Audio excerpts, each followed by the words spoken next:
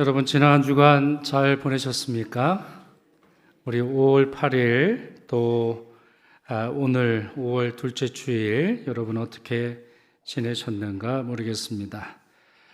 우리 모든 자녀들 부모님의 그 사랑과 희생을 기억하고 감사하는 날이 되겠고, 또 요즘에는 그렇죠, 우리 할아버지 할머니가 키워준 자녀들도 많이 있으니까 우리 손자 손녀들도 우리 할아버지 할머니의 그 사랑을 기억하시고 감사하는 그런 날이 되어야 되겠습니다.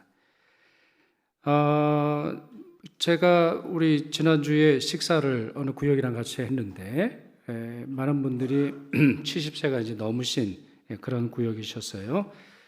얘기를 듣다 보니까 할머니들도 스파게티를 좋아하신다 그러네요. 꼭 국밥만 드시는 건 아니고 스파게티도 좋아하고 그리고 햄버거도 좋아하신답니다. 그래서 제가 질문을 드렸어요. 그럼 권사님, 햄버거가 나요? 갈비가 나요? 이랬더니 뭐라 그러셨을까요? 갈비가 낫다 그러시더라고요. 네, 그냥 그렇다고요.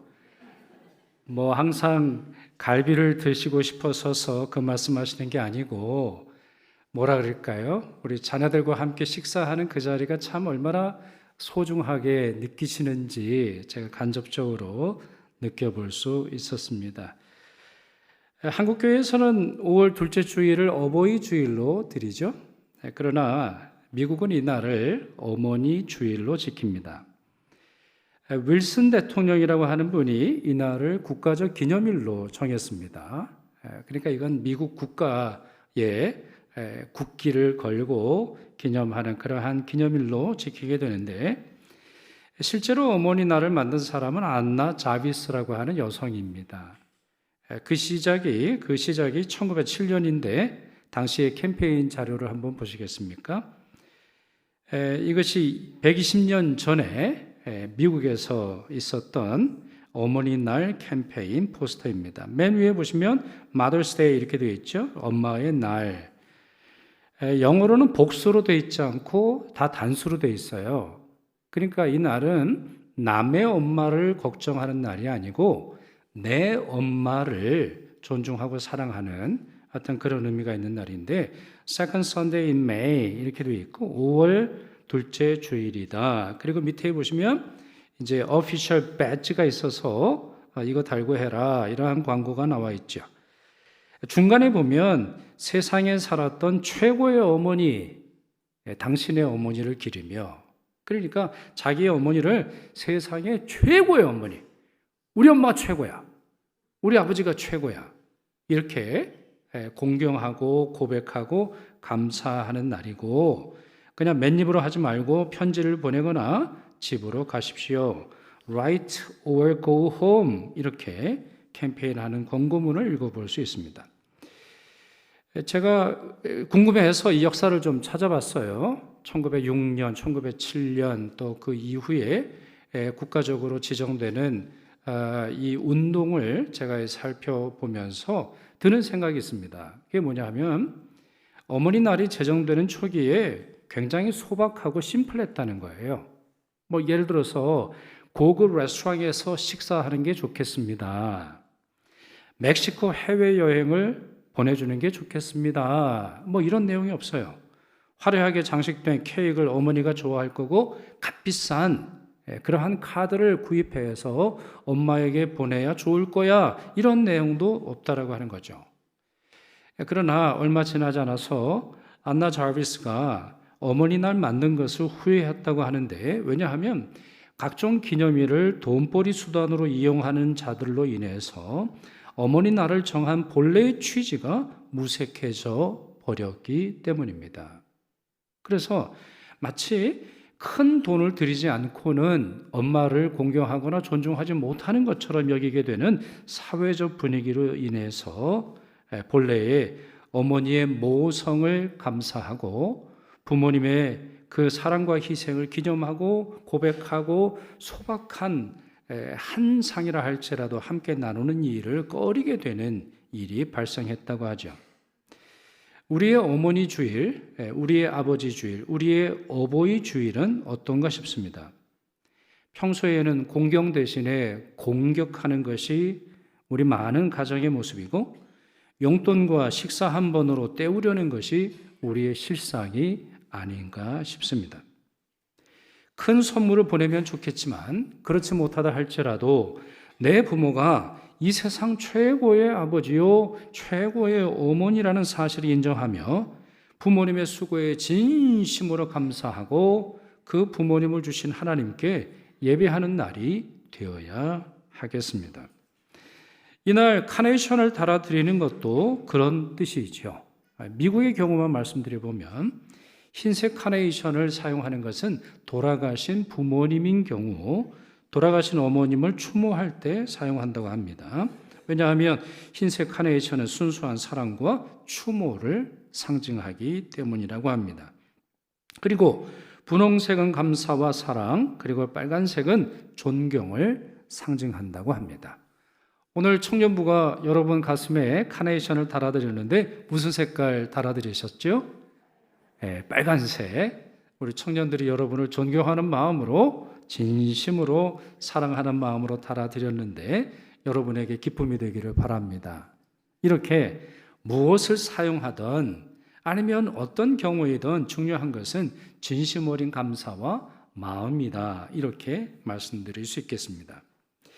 성경은 부모에게 주신 말씀을 따라 주님 말씀을 따라서 자녀를 양육하고 길러야 한다 말씀하실 뿐만 아니라 자녀들을 향해서는 주님 안에서 순종하고 또 부모에게 공경하라 이렇게 가르치죠. 에베소서 6장 1절 2절 말씀 보십시오. 자녀들아 주 안에서 너희 부모에게 순종하라 이것이 옳으니라. 내 아버지와 어머니를 공경하라. 이것은 약속에 있는 첫 계명이다 설명하고 있습니다. 자, 사도 바울은 이 말씀에서 순종과 부모 공경을 계명이다 이렇게 말하고 있죠. 그렇지 않습니까? 첫 줄 보십시오. 부모에게 순종하라. 마지막 절 보세요. 공경하라. 이것은 약속이 있는 첫 계명이다. 계명이 뭡니까? 계명은 지켜야 하는 명령입니다. 율법적 조항입니다. 그런 점에서 우리가 부모에게 순종하고 공경해야 하는 이유는 부모 때문이 아니라 부모가 어떤 부모인가에 달려있는 것이 아니라 부모님을 통해서 우리를 세상에 보내신 하나님 때문이라고 하는 사실을 이해할 수 있습니다. 자, 그런 점에서 공경은 성경 전체가 가르치는 신약과 구약이 우리 모두에게 가르치는 율법적 조항이 되겠는데요. 이러한 부모 공경의 모범을 예수님께서 잘 보여주셨습니다. 몇 가지 이야기를 좀 드려볼까요? 예수님 나이 12살 때입니다. 그러니까 우리식으로 말하면 초등학생 정도이지요. 그런데 부모님과 함께 예배를 드리러 오셨다가 부모님이 다시 갈릴리로 돌아가시게 될 때 혼자 떨어져서 예루살렘 성전에 머무시는 일이 있었습니다. 그것이 누가복음 2장 41절에서 51절까지 나오는데요. 하루가 지난 다음에야 부모님이 그 사실을 알았어요. 예수가 어디 갔지? 예수를 찾았는데 전혀 보이질 않아요. 그리고 나서는 3일을 찾았습니다. 3일을. 그러니까 모든 걸어온 곳에 여관이라든가 길이라든가 식당이라든가 그렇게 찾으시면서 예루살렘 성전에 오셔서야 비로소 예수님을 다시 찾으시게 되지요. 자, 그러니 마리아가 얼마나 속이 상하겠습니까? 3일간 그 큰아들을 잃어버렸다고 생각하고 얼마나 마음이 상했겠어요. 그래서 예수님에게 이렇게 말합니다. 아이야 이렇게 돼 있어요. 누가복음 2장 48절 보면 어찌하여 우리에게 이렇게 하였느냐 이런 말을 합니다. 아이라고 말하는 것으로 보아서 아직까지 마리아는 예수님에 대해서 잘 알지 못하고 있습니다. 예수님께서 어찌하여 나를 찾으셨나이까? 내가 아버지 집에 있어야 할 줄을 알지 못하셨나이까? 이렇게 대답하시는 장면이 나오는데 맞는 말씀입니다. 예수님은 이미 12살 때 성부 하나님과 자신이 동등한 본질을 가지고 계실 뿐만 아니라 자신이 할 일이 온 세상 사람들을 구원한다라고 하는 그리스도로서의 역할을 받은 사실을 잘 알고 계셨습니다. 자, 그러나 부모들은 전혀 알지를 못했죠. 오히려 자기보다 더 훨씬 어린 나이의 아이로서만 취급을 하고 있으시지요. 아닙니다. 달리 말씀드려서 12살 당시 예수님의 영적, 지적 수준이 이미 그 부모들의 수준을 한참 넘어선 걸 볼 수 있습니다. 자, 그렇다면 예수님께서 어떻게 행동하셨을까요? 다시 말씀드려 볼까요? 이미 12살 때에 영적으로, 정서적으로, 정신적으로, 철학적으로, 그리고 깊은 신앙의 지식을 가지고 계신 예수님께서 자신보다 훨씬 못한 지적, 영적, 신앙적 수준에 있었던 부모에게 어떻게 행동했느냐 질문하는 것입니다. 누가복음 2장 51절 보십시오. 예수께서 함께 내려가사 나사렛에 이르러 순종하여 뭘 하시더라? 받드시더라. 이렇게 기록하고 있습니다. 무슨 말입니까? 예수님은 아들로서의 책임을 다하셨다는 것입니다. 즉 12살 때만 아니라 길게 보면 아버지인 요셉이 사망한 후에 요셉을 대신해서 나무를 깎고 가구를 만들고 팔며 집을 지음으로 말미암아 가족을 부양하셨다라고 하는 말일 텐데, 이렇게 그분이 메시아로 활동하신 이러한 활동이 그분이 메시아로 활동하시는 것과 무슨 상관이 있습니까? 왜 예수님은 앞으로 그리스도가 되셔서 온 세상에 유익을 끼치셔야 하는데 왜 30년이라고 하는 긴 세월 동안 그저 한 가정을 책임져야 하는 아들로 사셨을까요? 그 중요한 이유는 예수께서 부모 공경을 성부 하나님의 뜻이라고 여기셨기 때문이 아니겠습니까? 왜 한국 사회가 망조가 된 것일까요? 저는 그 여러 이유 중에 하나가 오직 좋은 대학을 가면 자녀로서 부모의 할 책임을 다한 것으로 부모님들이 가르치셨기 때문이다, 이렇게 생각을 합니다. 부모가 어떻게 생활을 해야 되는지 봐야 할 때에 학원에 보내고 부모에게 효도하고 부모를 공경하는 시간도 아까워하면서 공부만 하면 사람이 된다라고 생각했던 것, 그것이 한국의 교육 아닙니까? 좋은 대학을 가면 그것이 효도라고 생각을 하고 그 이상은 그 다음에 요구하고 청구하고 달라고 요청하는 것이 우리 부모님들의 문화 아닙니까? 아닙니다. 예수님도 3년간이라고 하는 공생애를 보내시기 전에 30년이라고 하는 가정에서의 책임을 다 하셨습니다. 그것이 바로 우리가 믿는 그리스도의 모습인 것이죠. 부모를 무시해도 좋을 만큼 수준이 높은 자식은 없으며 자식의 공경을 받지 못할 만큼 수준이 낮은 부모도 없는 것입니다. 셰익스피어가 이런 말을 했다고 하지요. 아비가 누더기를 걸치면 자식은 모르는 척하지만 아비가 돈주머니를 차고 있으면 자식은 모두가 효자가 된다. 그래서 요즘 우리 부모님들이 하시는 말씀이 있어요. 절대로 증여하면 안 된다. 절대로 내가 죽기 전에 재산 다 애들에게 갖다 주면은 애들이 그 다음부터 딴짓한다. 이게 많은 어르신들이 그냥 하시는 말씀이더라고요. 하여튼 그렇다는 거예요. 근데 여러분, 이런 얘기가 왜 나오는 겁니까? 왜 나오는 거예요? 부모와 자식과의 관계가 오직 돈뿐인 것을 우리 사회가 보여주는 이야기가 아니겠습니까? 작금의 세상에서 벌어진 일들을 설명하는 말인데 이와 같은 것은 하나님의 뜻과는 거리가 매우 먼 것입니다. 예수님의 부모 공경의 가르침은 이뿐만이 아니죠. 예수님이 십자가에 달려 돌아가시기 전에 요한에게 자기 어머니를 부탁합니다. 내 어머니를 부탁한다. 자신은 그리스도이시기에 인류의 죄를 감당하시고자 십자가에 달려 돌아가시게 되지만 어머니를 향한 아들로서의 책임을 다하고자 하셨던 것입니다. 그래서 요한이 마리아를 자기 집으로 모시더라 이렇게 기록하고 있죠. 아니, 그 소중한 메시아께서 온 세상의 구주이신 그분께서 왜 자기 어머니에게 했던 대화의 내용을 성경은 기록하고 있는 겁니까?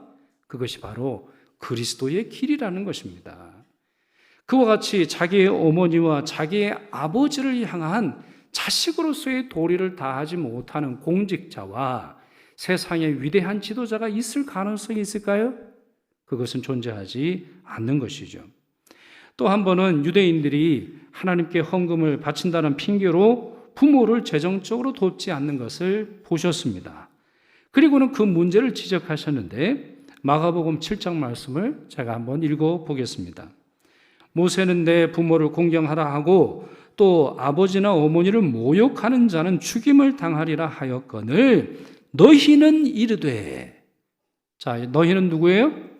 이 모세의 율법을 잘 따르는다 이렇게 스스로 생각하는 사람들에게 말씀하십니다.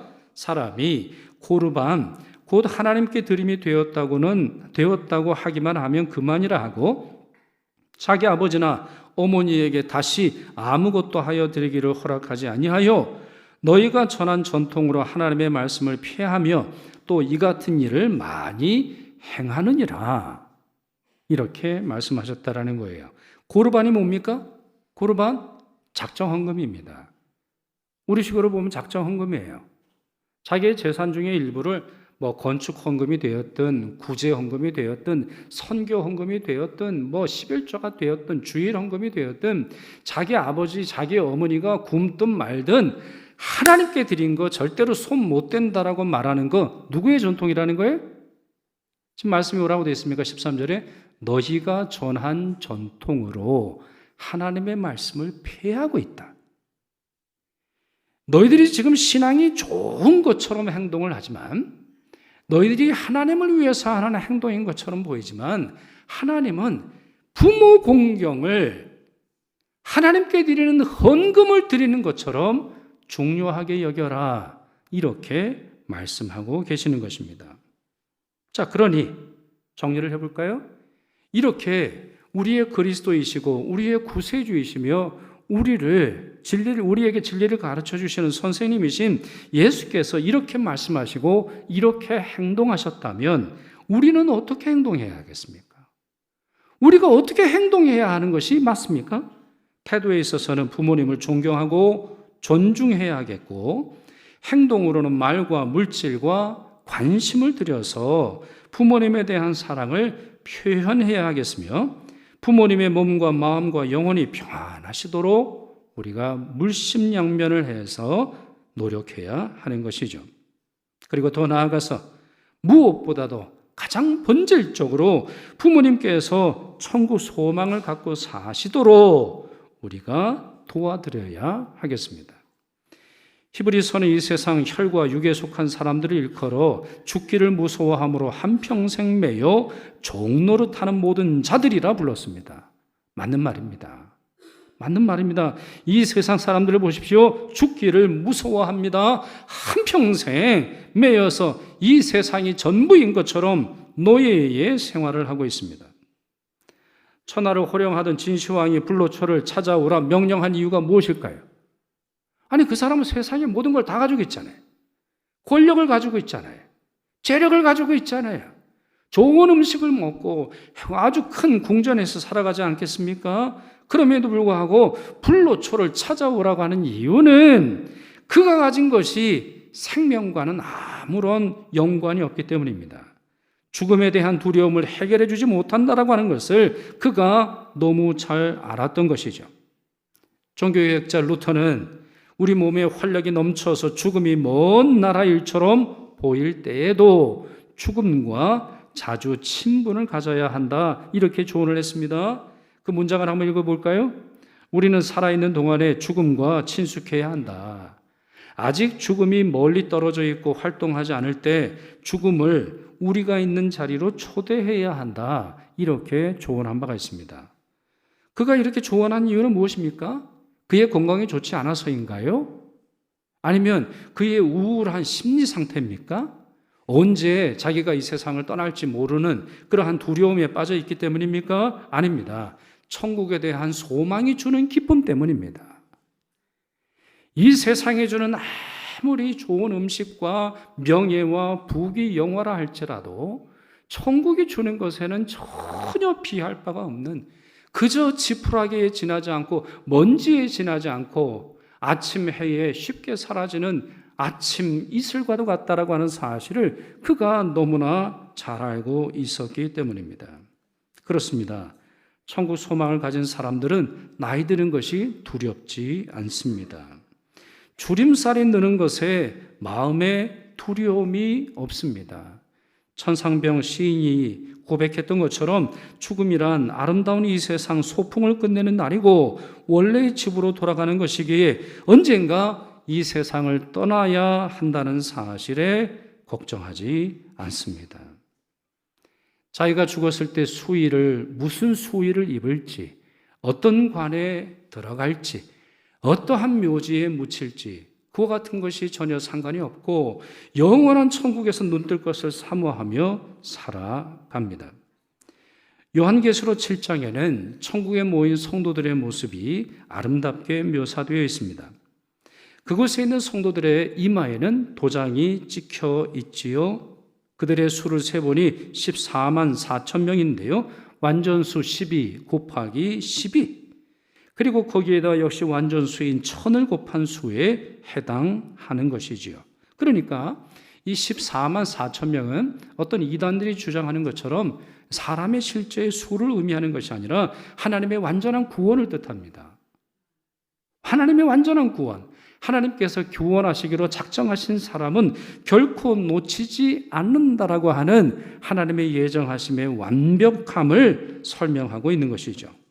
자, 그렇다면 그들은 천국에서 뭘 할까요? 이 14만 4천 명의 숫자로 상징되는 천국에 있는 백성들은 뭘 하고 있어요? 흰 옷을 입고 손에는 종려 가지를 들며 하나님을 찬양하고 있습니다. 그리고 그들은 천국에서만 맛볼 수 있는 은혜를 경험하게 됩니다.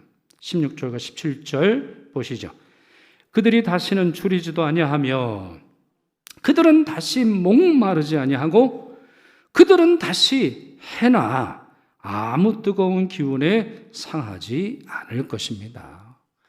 다시는 눈물이 없고 다시는 고통이 없는 완벽한 낙원에서의 삶을 누리게 됩니다. 그 이유는 무엇입니까? 보호자 가운데 계신 어린 양이 그들의 목자가 되사 생명수 샘으로 인도하시고 하나님께서 그들의 눈에서 모든 눈물을 씻어 주실 것임이라 이랬습니다. 저 천국에서는 배고픔이 없습니다. 저 천국에는 목마름이 없습니다. 몸이 병들지도 않습니다. 이 자리에도 좀 의사가 계시는데 천국에 의사가 없어서 어떻게 될지는 모르겠습니다만, 뿐만 아니라 저는 여러분 27절 마지막 절이 늘 은혜가 됩니다. 다시 슬라이드 보여주시면 하나님께서 그들의 눈에서 모든 눈물을 씻어 주실 것임이라 이랬습니다.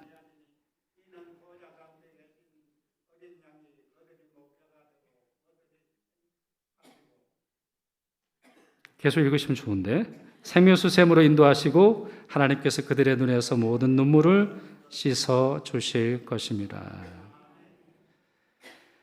여러분, 이 일을 누가 해야 하는 겁니까? 예를 들어서 지금 이 14만 4천 명을 우리의 부모라고 생각을 할 때 우리의 부모가 줄이지 않고 우리의 부모가 목마르지 않고 우리의 부모가 병 없이 살아가고 우리의 부모가 눈물 없이 살아가도록 하는 것, 누구의 책임이라는 거예요? 자식들의 책임입니다만 누가 할 수 있다고 설명하고 있습니까? 하나님뿐이십니다. 우리가 부모님 눈에 눈물을 닦아드린다 한들 다시 부모님이 눈물 없이 살아가시겠습니까? 우리가 아무리 좋은 것을 드린다 한들 천국에서 누리는 것을 비할 바 있겠습니까? 아닙니다. 이와 같은 것이 자식들의 의무이고 자식들이 해야 하는 일입니다만 누구도 하나님처럼 온전하지 못하는 것입니다. 천국에서 해주셔야 하는 것입니다. 천국에서 우리 부모님들이 누리셔야 하는 것입니다. 그러니 부모님을 공경하려고 하는 자녀들이나 자녀들의 사랑을 받는 부모님들이나 천국을 소망해야 하는 것이죠. 자, 그렇다면 정말 중요한 질문을 드려볼까요? 모든 사람들이 이러한 위로를 경험한가요? 모든 부모님들이 이와 같은 은혜를 경험합니까? 아닙니다. 오늘 말씀 14절이 이렇게 알려주지요. 어린 양의 피에 그 옷을 씻어 희게 하였느니라. 그렇습니다. 예수님을 믿어야 합니다. 우리 부모님들의 눈에서 눈물을 씻는 길은 예수님을 믿어야 합니다. 예수님을 의지해야 합니다. 그분에게 죄를 고백하고 죄 사함을 받아야 합니다. 그럴 때 천국의 소망은 천국의 약속이 되는 것이며 천국의 약속은 천국의 현실로서 영원한 기쁨을 누리게 하는 것입니다. 이제 말씀을 맺습니다. 오늘 함께 예배하는 여러분 모두 천국의 소망을 확신하시기를 바랍니다.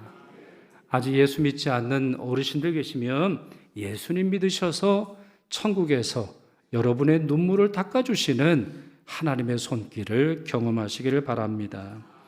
아직 부모님들이 예수님을 알지도 예수님을 믿지도 않는다면 더 열심으로 기도하셔서 내년 어버이 주일에는 함께 예배하는 놀라운 축복의 은혜가 넘쳐나는 가정 되기를 축원합니다. 기도하겠습니다. 사랑과 자비의 하나님, 어버이를 통해 이 세상에 태어났으며 어버이 사랑과 희생을 통해서 저희에게 새 생명과 평안을 내려주신 하나님께 감사드립니다. 하나님께서 영광 받으시오며 모든 어버이들께서 영육간에 강건하시도록 무엇보다 천국 소망 잃어버리지 아니하시도록 복과 은혜를 내려 주옵소서. 우리 주 예수 그리스도의 이름으로 기도드리옵나이다. 아멘. 아멘.